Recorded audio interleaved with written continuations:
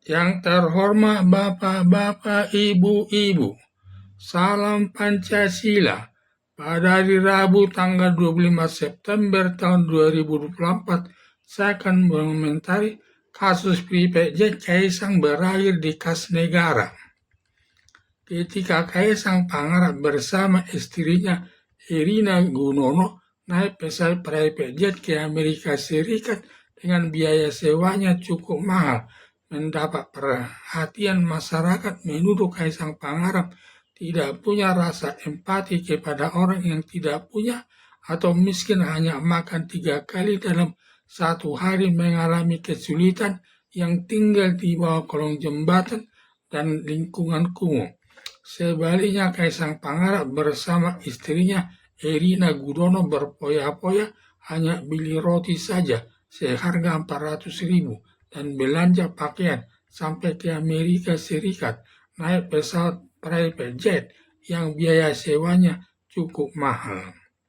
Akibat perilakunya tidak baik, tidak ada rasa empati kepada masyarakat miskin, lalu Ubaidillah Badrun dan pengacara Bonyamin Saiman melaporkan Kaisang Pangarap bersama istrinya ke Komisi Pemberantasan Korupsi atau KPK dengan tuduhan melakukan perbuatan gratifikasi yang digolongkan perbuatan korupsi yang ancaman hukumannya berupa hukuman seumur hidup dan hukuman badan maksimal 20 tahun. Mengenai berat dan ringannya hukuman bagi pelaku gratifikasi tergantung pertimbangan hakim. Bila pertimbangan hakim banyak alasan yang memberatkan, hakim dapat menjatuhkan hukuman seumur hidup. Sebaliknya, bila pertimbangan hakim banyak alasan yang meringankan, maka hakim dapat menjatuhkan hukuman selama 10 tahun sesuai perbuatannya. Perbuatan gratifikasi adalah seseorang pejabat negara menerima barang berharga atau yang bernilai dari seseorang, baik berupa uang, emas, berlian, keris yang berkhasiat, dibayari tidur di hotel mewah, menggunakan pesawat private jet sebagai gantinya, semua urusannya dipermudah penyelesaiannya. Perbuatan gratifikasi tidak menimbulkan kerugian negara, hanya merusak nama aparat negara. Sudah dapat gaji dari negara, masih menerima pemberian dari masyarakat, karena pejabat negara tidak boleh menerima barang atau apapun dari seseorang. Kaisang Pangarap ingin mengelak dari proses hukum atas laporan Ubaidillah Badrun dan pengacara Bonyamin Saiman saat dipanggil atau didatangi Komisi Pemberantasan Korupsi untuk minta klarifikasi terkait penggunaan pesawat private jet tersebut. Tiba-tiba Kaisang Pangarap menghilang dan semua kader Partai Solidaritas Indonesia atau PSI tidak tahu keberadaannya selama 20 hari. Akibat banyaknya tudingan masyarakat yang sifatnya negatif kepada Kaisang Pangarap tidak berani menghadapi hukum di kantor Komisi Pemberantasan Korupsi. Setiap warga negara Indonesia harus menghormati panggilan aparat penegak hukum, mengingat negara Indonesia sebagai negara hukum, di mana hukum itu sebagai panglima yang tertinggi dari semua lembaga negara. Bahkan hukum itu lebih tinggi dari presiden atau lembaga kepresidenan yang diwujudkan lewat putusan hakim di pengadilan dengan ketentuan bila terbukti bersalah yang memenuhi minimal 2 alat buktinya, maka hakim menjatuhkan hukuman sesuai perbuatannya. Sebaliknya, bila tidak terbukti, maka hakim membebaskan dari tuntutan jaksa penuntut umum. Akibat banyaknya tudingan negatif dari masyarakat, kemudian tanpa ada panggilan dari Komisi Pemberantasan Korupsi, hanya dengan kesadaran sendiri, Kaisang Pangarap mendatangi Komisi Pemberantasan Korupsi langsung memberikan klarifikasi atas penggunaan pesawat private jet tersebut. Dalam penjelasan Kaisang Pangarap atas penggunaan private jet tersebut hanya numpang atau nebeng, timbul pertanyaan aparat Komisi Pemberantasan Korupsi. siapa saja di dalam pesawat private jet tersebut. Diduga dijawab Kaisang Pangarep, yaitu Kaisang Pangarep, Erina Gudono, dan saudaranya, seluruhnya 4 orang, dan 1 petugas dan 1 polisi dan 1 pilotnya. Berarti si pemilik pesawat private jet tersebut tidak ikut dalam penerbangan tersebut. Ditanya lagi kemana saya tujuannya naik pesawat private jet tersebut.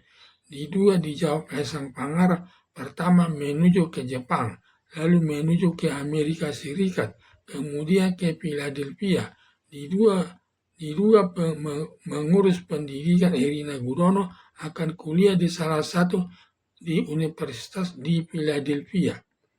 Berdasarkan analisa penyidik Komisi Pemberantasan Korupsi, semua keterangan Kaisang Pangarep menyatakan naik pesawat private jet tersebut ke Amerika Serikat hanya numpang atau nebeng.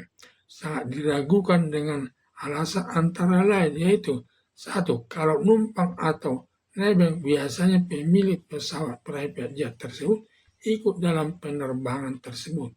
Bila numpang atau nebeng mengikuti arah pesawat private jet sesuai tujuan perjalanan sesuai kehendak pemilik pesawat private jet tersebut.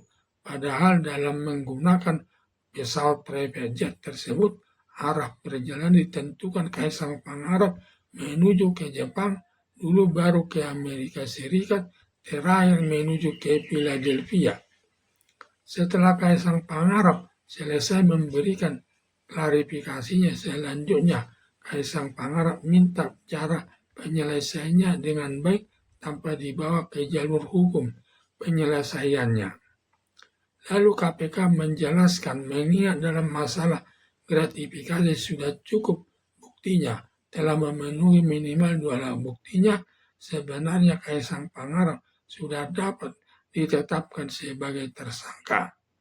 Berhubung ada diatur dalam undang-undang semua kerugian atas perbuatan gratifikasi, seseorang dapat mengganti kerugiannya selama 30 hari.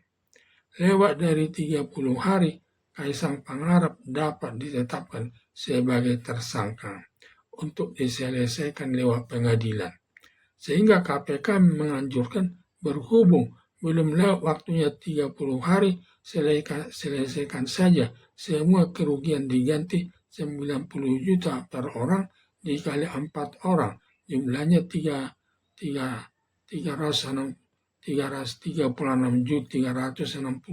juta. Selanjutnya Kaisang Pangarep membayar 360 juta rupiah ke kas negara, sehingga penyelesaian kasus Kaisang Pangarep naik pesawat private jet selesai di kas negara. Dalam arti kasus Kaisang Pangarep bersama istrinya Erina Gudono naik pesawat private jet ke Amerika Serikat sudah selesai secara hukum.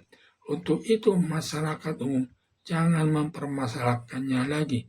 Harapan saya, perkara Kaisang Pangarep terkait penggunaan pesawat private jet ke Amerika Serikat sudah selesai dengan membayar 90 juta per orang dikali 4, seluruhnya 360 juta yang langsung dibayar ke kas negara sebagai pemasukan kepada pemerintah.